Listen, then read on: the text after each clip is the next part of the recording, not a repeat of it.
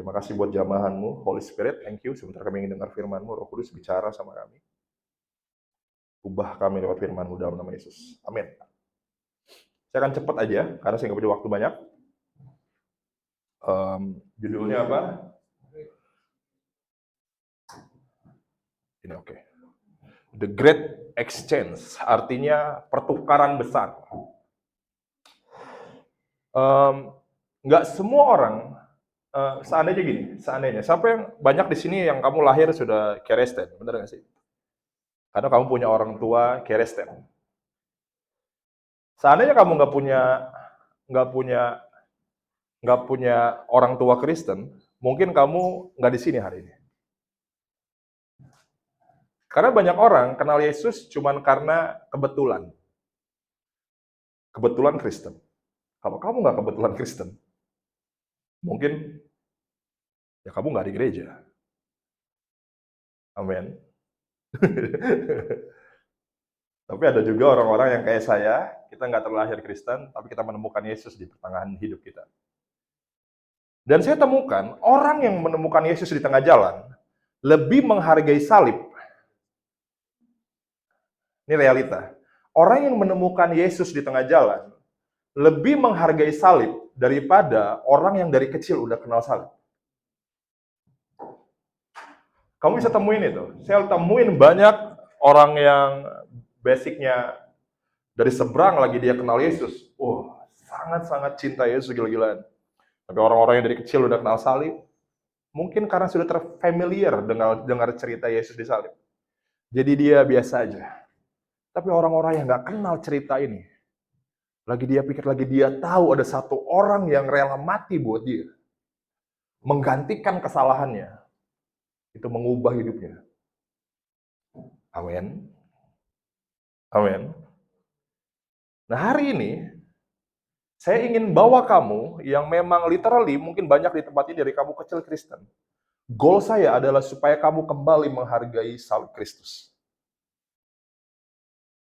Dan untuk menghargai salib, kita perlu mengerti apa yang terjadi the moment saat Yesus disalib bagi kita. Saat Yesus disalib, ada pertukaran, ada transaksi in the spirit. Di alam roh ada satu transaksi yang terjadi yang nggak bisa dilihat oleh mata, tapi something is happening. Dan kita mau ngerti itu hari ini. Pertukaran pakai bahasa kerennya transaksi, bener nggak? Transaksi pertukaran nggak? Uang ditukar barang, ya nggak sih? Uang ditukar ini dan yang lain-lain. Oke. Hal pertama, exchange pertama yang happening adalah dosa menjadi kebenaran. Baca ayatnya. Sebab jika oleh dosa satu orang, dosa Adam dan Hawa, maut telah berkuasa oleh satu orang itu, maka lebih benar lagi mereka yang telah menerima kelimpahan kasih karunia dan anugerah kebenaran. Katakan sama-sama anugerah kebenaran.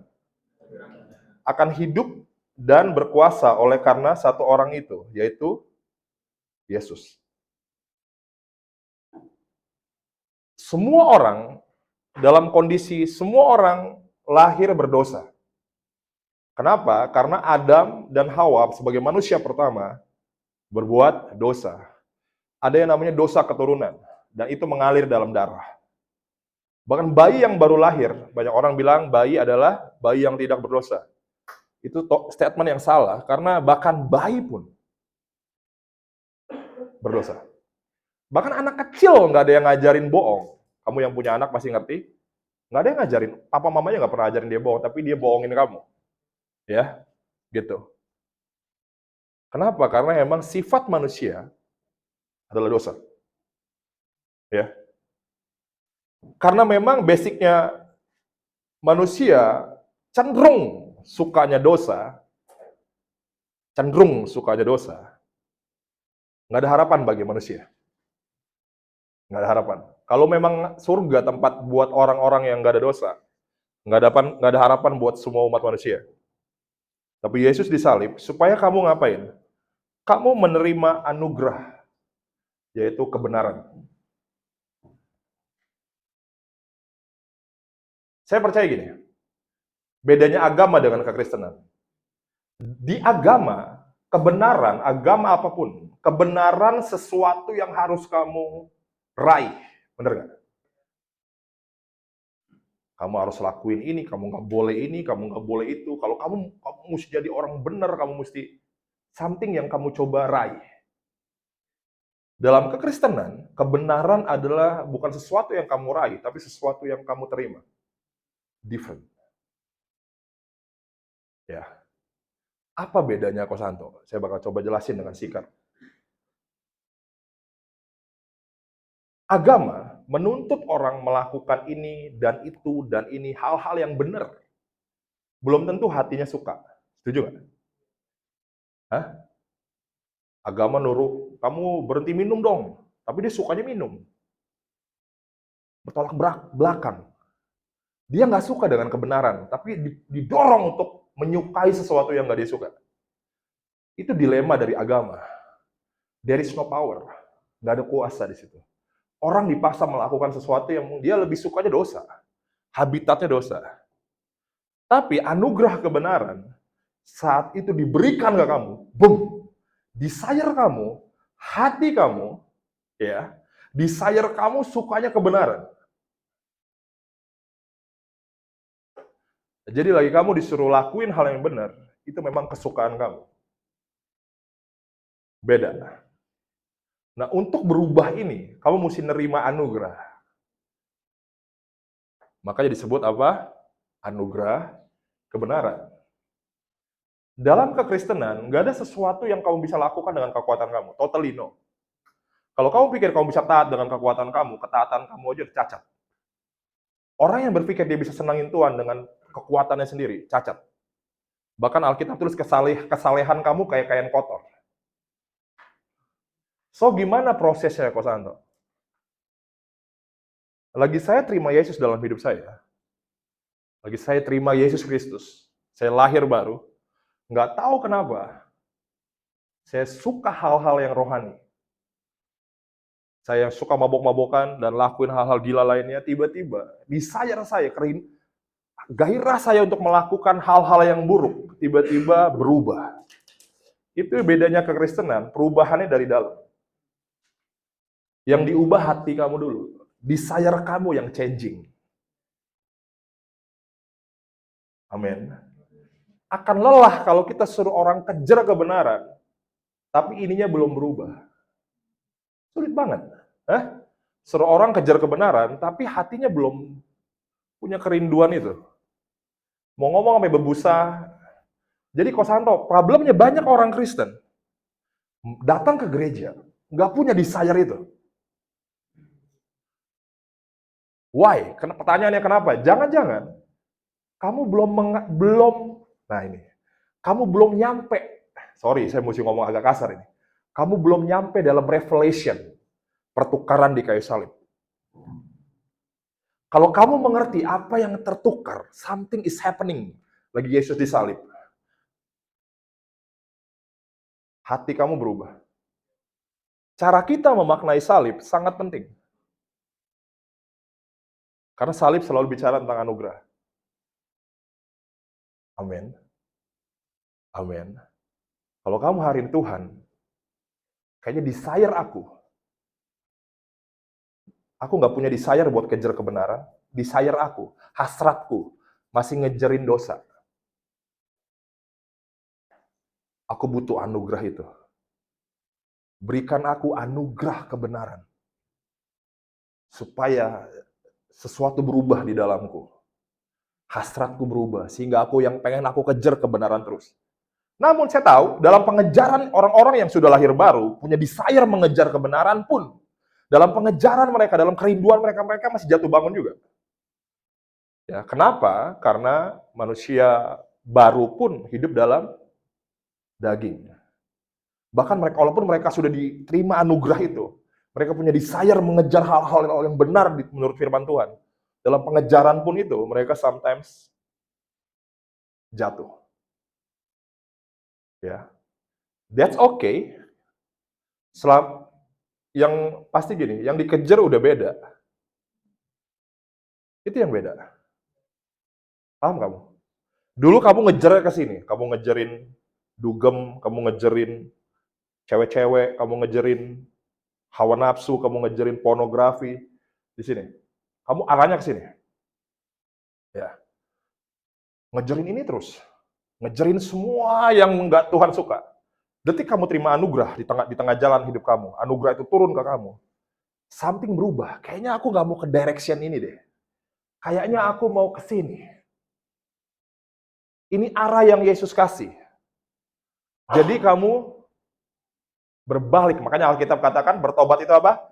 Berbalik dari jalan-jalan yang jahat. Anugerah itu turun ke kamu, membuat kamu balik badan ke sini. Kamu mulai ngejer direction yang berbeda. Kamu mulai lari ke sini. Dan lagi kamu lari ke sini, sometimes kamu fall off, kamu terjatuh, boom. Langsung kamu berpikir, kayaknya gue kesini lagi deh. Kayaknya hidup di sini bosen, ya. Kayaknya hidup di sini kayaknya kok nggak seru ya. Banyak pemikiran-pemikiran dari iblis yang kamu terima di sini. Karena iblis gimana pun akan coba tarik kamu ke sana lagi. Tapi nggak apa-apa. Kalau kamu jatuh, mundur ke sini, tapi arahnya tetap ke situ ya. Mungkin kamu ngalamin kemunduran ke sini, tapi ingat ngapain? Arahnya udah beda tetap. Ya, arahnya bukan ke sini lagi. Even kamu mungkin terjatuh, kamu kepleset, tapi tetap arahnya nggak sama, arahnya ke sana. Dan kamu bangun, kamu lari lagi. Nah, tiba-tiba kamu kepleset lagi di sini, kamu ketarik lagi ke sini. Tapi arahnya nggak ada yang beda. Something different. Ini yang terjadi saat orang menerima anugerah kebenaran. Can you get it? Beda. Ya somehow mungkin kamu jatuh dan kamu mundur ke sini, tapi yang kamu lihat udah bukan ini. Hah? I have decided to follow Jesus. No turning back. Ya. No turning back. Apa? The cross before me. The world behind me. No turning back. No turning back. Ini realita orang yang menerima anugerah kebenaran. Kalau kamu belum di titik ini, kamu mungkin butuh berdoa, Tuhan, buat aku datang ke salib, sehingga aku menerima anugerah kebenaran ini. Karena kenyataannya, belum banyak orang Kristen bahkan menerima anugerah kebenaran. Direction-nya masih ke sini. Yang ngerinya, direction-nya masih ke sini, pelayanan. Hah? Direction-nya belum berubah, dia belum terima anugerah itu.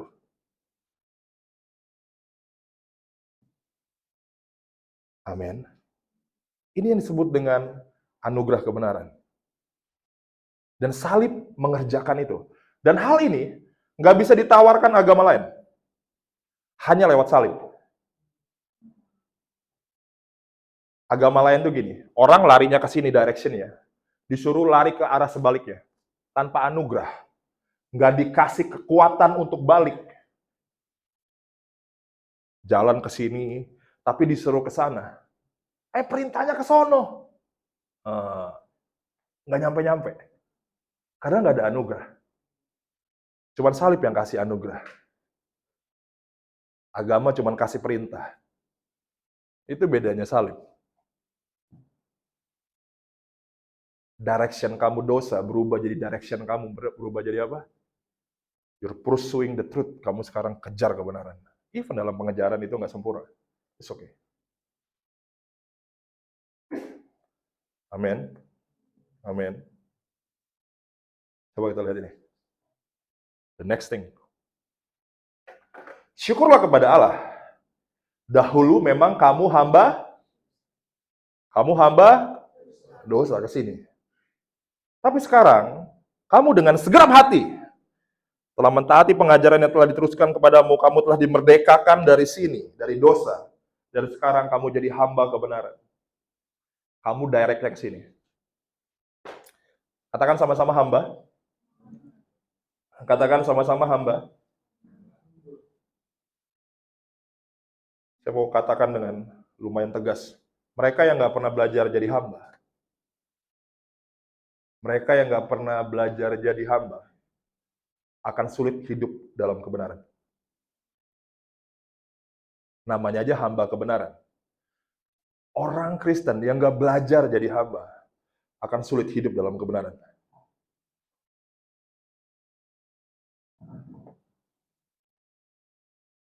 Orang Kristen itu, kita itu hidup pengennya kayak bos somehow. Kita pengennya surga melayani kita. Surga menjawab doa kita. Surga menyediakan yang kita perlu. Hah? Surga menolong kita kapan kita butuh. Surga ada buat kita selalu. Lagi kita kesepian, surga ini. Hey, surga yang layani kamu, apa kamu yang layani surga? Siapa bosnya? Kita itu twisted loh kadang. Kita pengen surga yang penuhin mau kita mulu. Karena mentalitasnya, yang hamba bukan kamu, tapi mentalitasnya yang hamba itu Tuhan. Itu kenapa? Karena mentalitinya udah salah, sulit kita berjalan dalam kebenaran. Karena mentalitas kita bukan hamba kebenaran. Tapi Tuhan yang jadi hamba kita. Lagi Tuhan gak jawab doa kamu, ngambek kamu. Marah. Loh, karena mentalitas kamu yang jadi bos kamu.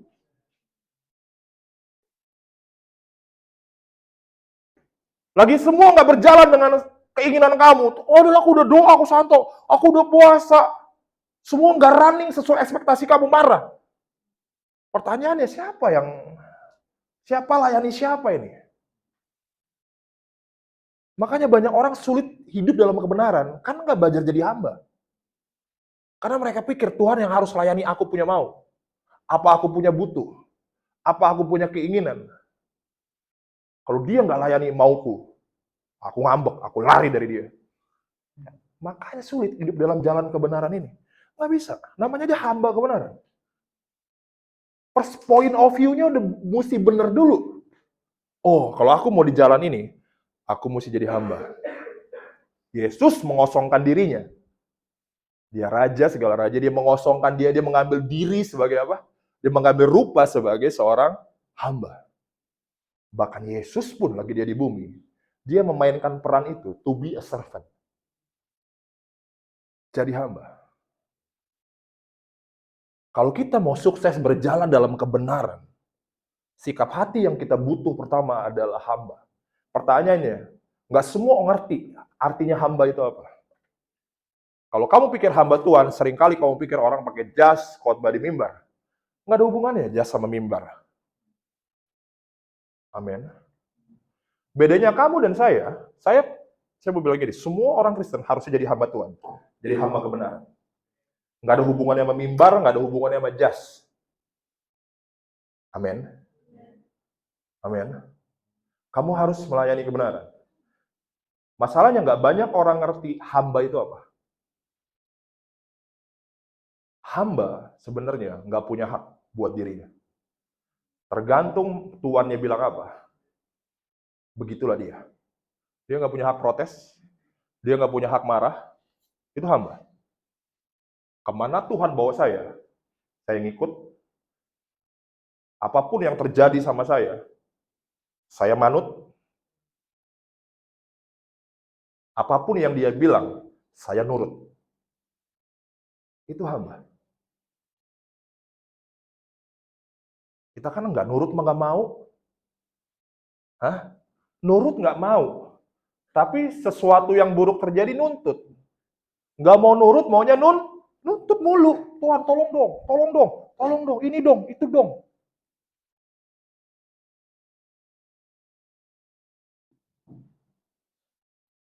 Amin. Nurut. Nggak perlu nuntut. Dia tahu apa yang kamu butuh. Dia tahu jalan hidup kamu. Dia tahu gimana kasih masa depan yang terbaik buat kamu. Nggak perlu nuntut. Yang penting nurut. Katakan sama-sama, nggak perlu nuntut, yang penting nurut. 1, 2, 3. Nggak perlu nuntut. Yang penting nurut. Itu hamba. Dengan mentality ini, dengan sikap hati kayak gini, akan buat kita bisa jalan dalam jalan kebenaran. Amin. Amin. Saya berdoa kita semua terima anugerah kebenaran sehingga jalan-jalan kita berubah. Kita berbalik dari jalan-jalan yang jahat dan berjalan menuju kebenaran sebagai hamba dari kebenaran. Amin. The next thing, hal yang berikutnya. Mau binasa harusnya, tapi beroleh hidup yang kekal. Banyak pendeta nggak mau khotbahin tentang neraka. Ya, karena katanya nanti bikin nakut-nakutin jemaat. Saya suka nakutin jemaat. Loh, lebih baik kamu takut tapi kamu ke surga daripada kamu nyaman-nyaman tapi kamu going to hell.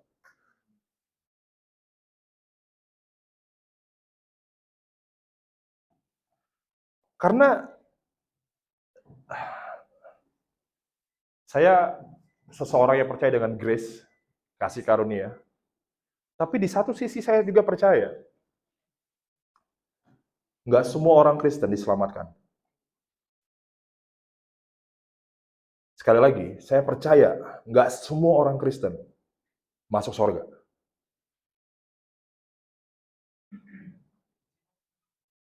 Hey guys, can please? Nggak semua orang Kristen masuk surga. Waduh, Kosanto ini nggak share the gospel. Harusnya kan kabar baik Kosanto. Ini kabar buruk. Ini kabar baik. Supaya apa? Kata siapa bilang ngomongin neraka kabar buruk? Ini kabar baik. Orang yang nggak pernah, saya mau bilang gini, kalau kamu nggak takut sama neraka, kamu nggak akan pernah hargai surga. Ada nggak ayatnya Kosanto? Ada kok. Ada orang kaya, ya. Ada orang kaya sombong di Alkitab. Dan dia dibuang ke neraka. Lalu karena dia ada orang miskin datang ke dia minta makanan, dia nggak dikasih sama dia. Apa sih lu ini?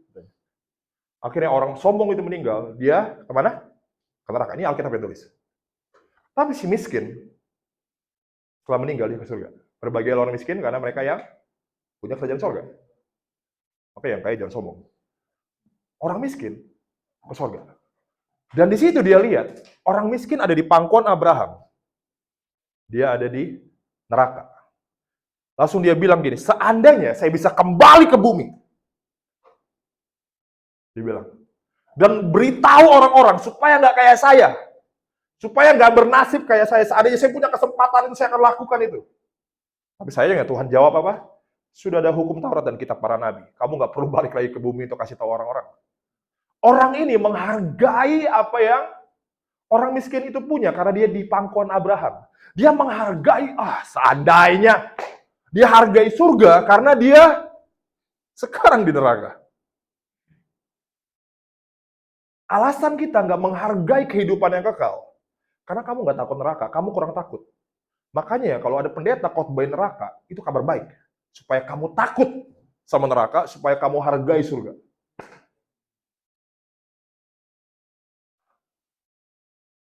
Satu hamba Tuhan, saya baru-baru ini dengar nanya Ben Fitzgerald, lagi dia tidur di kamar, tiba-tiba dia dengar teriakan orang-orang. Dia pikir, ada apa?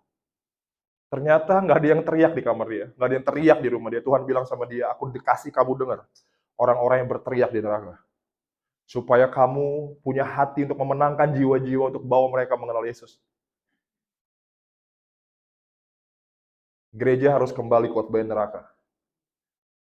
Supaya orang menghargai kehidupan yang kekal. Amin. Amin. Yohanes 3 ayat 16. Karena begitu besar kasih Allah akan dunia ini. Sehingga ia telah mengaruniakan anaknya yang tunggal. Supaya setiap orang yang percaya kepadanya, tidak binasa, melainkan beroleh hidup yang kekal. Nah ini yang kadang-kadang buat kita juga miss. Coba nih saya buat kamu ngerti ini apa maksudnya. Karena begitu besar apa? Kasih Allah, sehingga ia telah mengaruniakan anaknya yang tunggal, supaya setiap orang percaya kepadanya apa? Tidak binasa, melainkan beroleh hidup yang kekal. Saya mau tanya sama kamu. Lagi orang baca ini, fokusnya di kata-kata terakhir apa kata-kata pertama? Kamu fokusnya sama apa? Hidup yang kekal apa karena kasih Allah?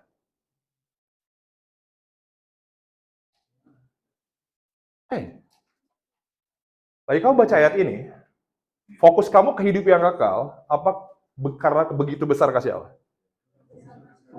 Tapi banyak orang fokusnya hidup yang kekal.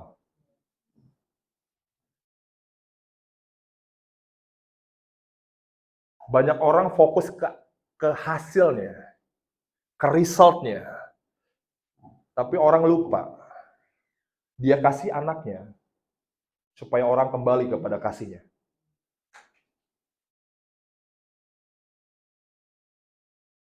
Dia kasih anaknya supaya kalian kembali ke kasih Bapa. Karena ayat ini, kalau nggak dimengerti, ya, oh Yesus mati buat saya masuk surga, aman. Tapi orang ini nggak hidup dalam kasih Bapa. Orang ini nggak kembali ke kasih Bapa. Oh, Yesus udah mati buat gua, aman. Buat dosa aja.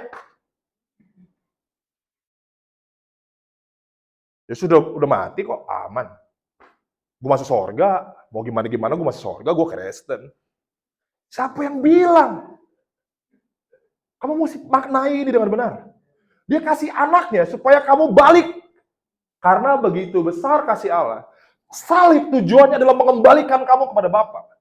Saya nggak peduli kamu Kristen apa enggak. Kalau kamu nggak kembali ke kasih Bapa, kalau kamu nggak balik kepada hubungan dengan Bapa, kamu nggak akan punya hidup yang kekal.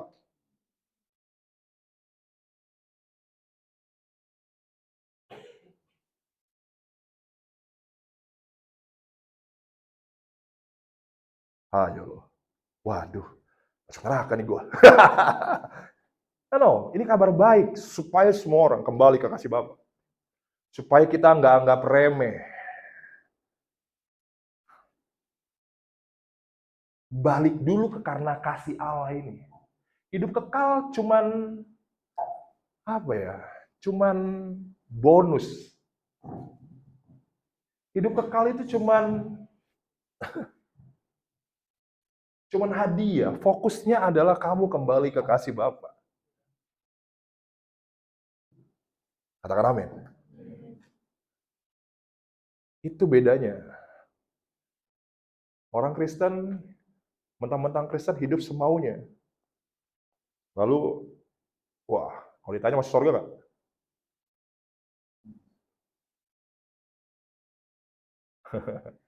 Kenal Bapa nggak? Kamu kenal Tuhan nggak? Yang mati buat kamu? Nggak tahu lah. Yang penting kan gue Kristen, masuk surga. Amin, dijamin. Sorry bos, salib nggak semurahan itu.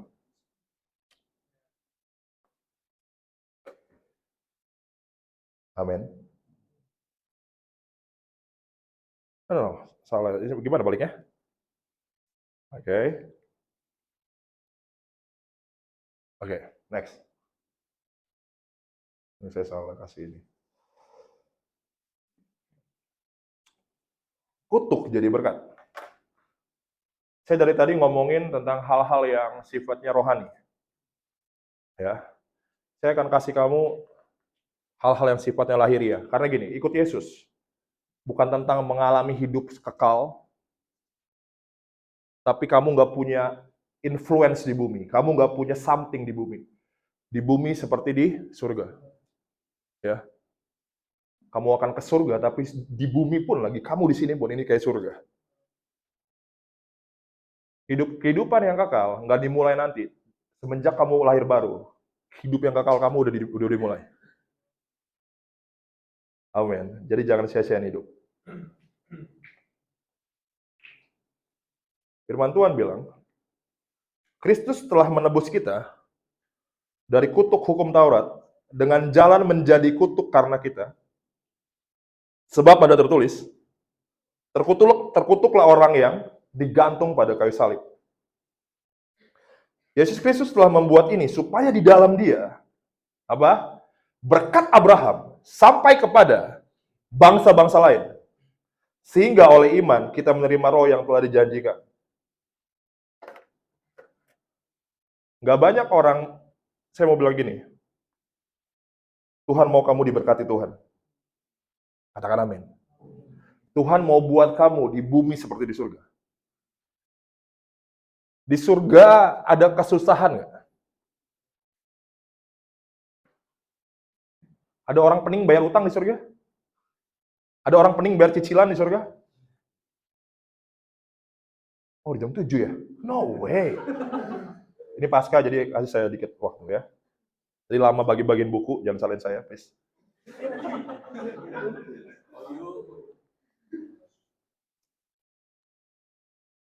Yesus jadi kutuk supaya kamu hidup di dalam berkat Tuhan. Berkat dibilang berkat Tuhannya berkat Abraham. Detail berkat Abraham. Coba berkat Abraham itu apa? Ini yang janji Tuhan kepada Abraham. Aku akan membuat engkau menjadi bangsa yang besar dan memberkati engkau serta membuat namamu masyhur. Dan engkau akan menjadi berkat. Aku akan memberkati orang-orang yang memberkati engkau dan mengutuk orang-orang yang mengutuk engkau. Dan olehmu, semua kaum di muka bumi akan mendapat berkat. Saya mau bilang gini, jangan olehmu, semua kaum di muka bumi akan mendapat berkat. Tuhan mau kasih kamu the blessing of Abraham. Berkat Abraham. Berkat dalam bahasa dalam bahasa Ibrani disebut barak. Nggak usah diganti ya, berubah nanti nadanya. Barak. Barak artinya to praise, untuk memuji. Semua momen di dalam hidup kamu yang mendorong kamu untuk memuji Tuhan, untuk thankful kepada Dia adalah berkat. Berkat nggak selalu tentang uang, tapi semua hal baik yang terjadi di hidup kamu, yang membuat kamu, mendorong kamu untuk mengucap syukur ke Tuhan, untuk memuji Dia. That's a blessing. Itu barak. Itu berkat. Jadi berkat itu bukan cuma duit aja. Kalau ngomongin berkat, duit. No. Lebih dari duit. All the good things. Semua hal yang baik yang terjadi di hidup kamu, yang Tuhan izinin, yang mendorong kamu, aduh Tuhan makasih banget. Itu barak. Amin. Itu bisa jadi promosi, itu bisa dapat jodoh, itu bisa all the good things.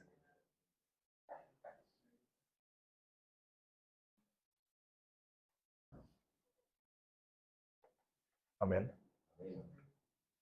Makanya kita anak Tuhan nggak boleh punya mentalitas miskin. Kita mesti punya mentalitas berkat. Karena kamu adalah apa yang kamu pikirkan tentang kamu, kata Amsal. Kalau kamu pikir, aku akan selamanya jadi orang miskin. Aku selamanya akan susah. Aku akan selamanya melarat. Kalau itu yang kamu percaya, saya cuma kasih selamat sama kamu. Tapi Tuhan gak mau kamu berpikir demikian. Tuhan mau kamu berpikir, kamu ngerti. Aku hidup dalam berkat Abraham. Kebaikannya akan mengejar aku. Amin. Amin. All the good things akan mengejar aku.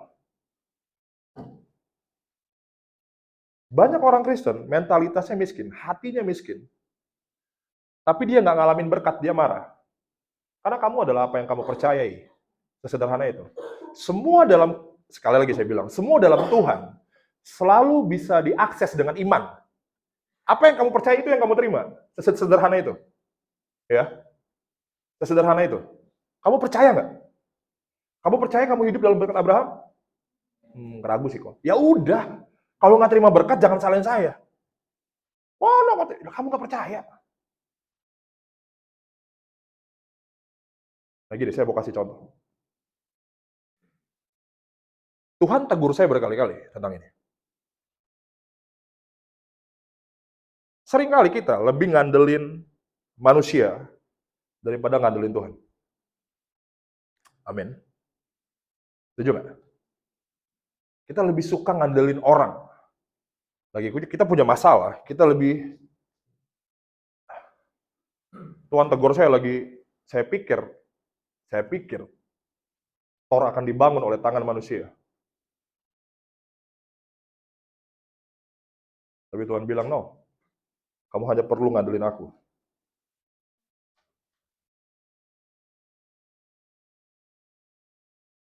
Punya mentalitas Abraham, aku hidup dalam berkat. Sekalipun gak ada orang yang bercampur tangan dalam hidup aku, Tuhan akan turun tangan. Buat dalam hidup kita, lagi kita ngadepin hal sulit, the first thing yang kita cari, bukan human, tapi God. Ya, Tuhan akan kirim orang, bisa, untuk berkati kamu, tapi bukan orangnya. Bisa kamu ngerti itu?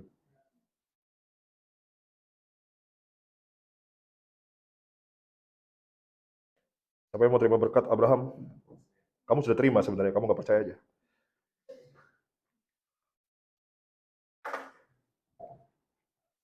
Di dalam alam roh, apa yang perkataan kamu adalah roh dan kehidupan. Apa yang kamu katakan, it is spirit. Ya, apa yang kamu bilang, hidup dan mati dikuasai lidah. Barang siapa sering mengemakannya akan. Kalau kamu hidup dalam berkat Abraham, perkatakan berkat. Stop perkatakan hal-hal buruk. Ya, kalau kamu ngomongin hal yang buruk terus, ya hidup gue bakal gini-gini aja, gue gak ada masa depan, gue gak tahu lah kapan dapat jodoh. Perkatakan blessings, karena kamu hidup dalam blessings.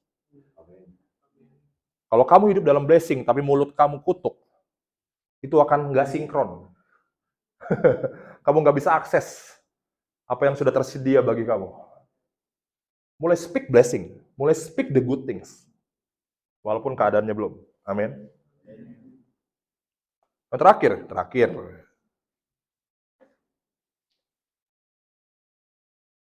Salah. Sickness jadi healing, sakit bertukar jadi sembuh. Di Yesaya 53 ayat 5, sorry ini salah taruh ini saya. Dia tertikam oleh karena pemberontakan kita, dia diremukkan oleh karena kejahatan kita, ganjaran yang mendatangkan keselamatan bagi kita ditimpakan kepadanya, dan oleh apa? Bilur-bilurnya kita menjadi sembuh. Tuhan nggak pernah mau kamu sakit, Tuhan nggak pernah kasih penyakit. Amin. Tuhan mau kita hidup sehat. Ya. Ada nggak di Alkitab kamu lihat Yesus sakit?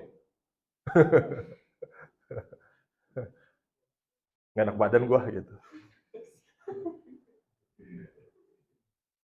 Aduh, kepala gue migrain gitu. Sakit nggak ada dalam diri Yesus.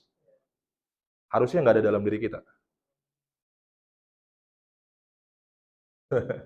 Masalahnya kita percaya nggak? Tapi Ko Santo, gimana pertanyaannya kalau sakit? Kita kan lebih suka nyari bondek daripada nyari Yesus lagi kita sakit. Bener nggak sih? Hah? Bener kan? Kalau kamu sakit, itu adalah momen paling sederhana untuk kamu belajar dengan iman. Mau kamu saya ajarin. Kalau kamu sakit, jangan buru-buru ke dokter. Kalau kamu sakit, jangan buru-buru ke dokter. Langsung panik, dokter mana, obat mana, apotik, kan slow. Ambil waktu, Tuhan, berdiri dulu dengan iman. Oleh bilur-bilur Yesus, aku sembuh. Kau perkatakan dalam nama Yesus, aku nggak sakit, aku sembuh, aku nggak didikte oleh tubuhku. Kamu kasih waktu. Kalau 3 hari kemudian kamu masih sakit, ya ke dokter. Atau 2 hari kemudian, jangan dipaksa juga. Jangan konyol juga. Ya. Karena banyak orang melewatkan kesempatan mengalami hal ini, karena dia nggak praktek iman dulu. Dia nggak praktek iman, buru-buru cari obat, buru-buru ke dokter, ujung-ujungnya dia nggak ngalamin. Seandainya dia praktek iman dulu, ya, kalau dia sembuh, yang pertama itu jadi kesaksian, yang kedua bikin ngirit. Ngirit dikit lah ya, nggak perlu beli obat. Ya nggak sih? Amin. Ya. Jadi Karena di dalam Yesus nggak ada sakit penyakit. Itu yang buat kita percaya orang-orang sakit bisa disembuhkan oleh Tuhan. Udah itu aja, kita mau pulang. Kita mau doa dulu. Tuhan, di dalam nama Yesus, saya tertarik buat doain kamu tentang berkat Abraham.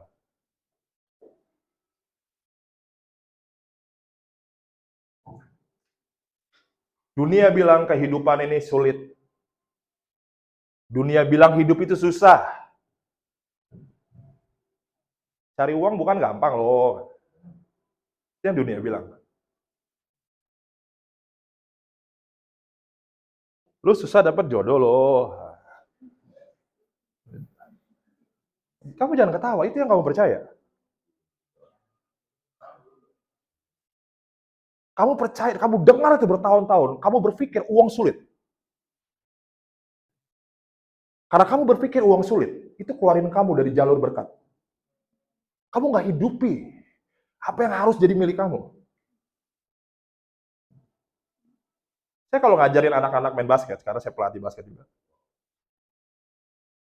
Lagi kamu sebelum kamu nembak ke bola, kamu mesti mikir, easy. Saya selalu ajarin mereka, kalau menembak ngomong easy. Sebelum kamu nembak, easy. Kalau kamu udah mau nembak, sulit ini, jauh ini. Nggak masuk-masuk. Kalau kamu, easy, easy. Easy.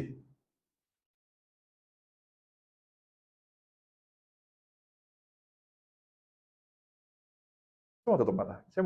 Saya mau doain kamu soalnya. Tuhan, kami nggak hidup lagi dalam kutuk. Kutuk itu kesukaran, kesulitan, apalagi kamu sebut. Sakit penyakit, kemiskinan. Alkitab tulis, aku akan buat namamu masyhur. Artinya, aku akan tinggikan engkau. Aku akan angkat martabatmu, itu arti masyhur. Tapi kita nggak percaya. Kita cuma mikir hidup kita bakal kayak gini-gini aja. Apa itu yang kamu percaya? Kalau itu yang kamu percaya, di dalam nama Yesus, biar itu dihancurin dari pikiran kamu. Ini yang Alkitab tulis, semua tembok yang dibangun untuk menolak pengenalan akan Allah. Pikiran kamu jadi tembok untuk kamu mengalami apa yang Tuhan janjiin. Akhirnya kamu nggak ngalamin, kamu nggak mengenal Allah dalam area berkat. Dan Tuhan, di dalam nama Yesus Kristus hari ini, apapun kebohongan yang kami percaya, kebohongan dari iblis dan dari dunia ini, apapun yang kami percaya tentang itu, di dalam nama Yesus itu runtuh.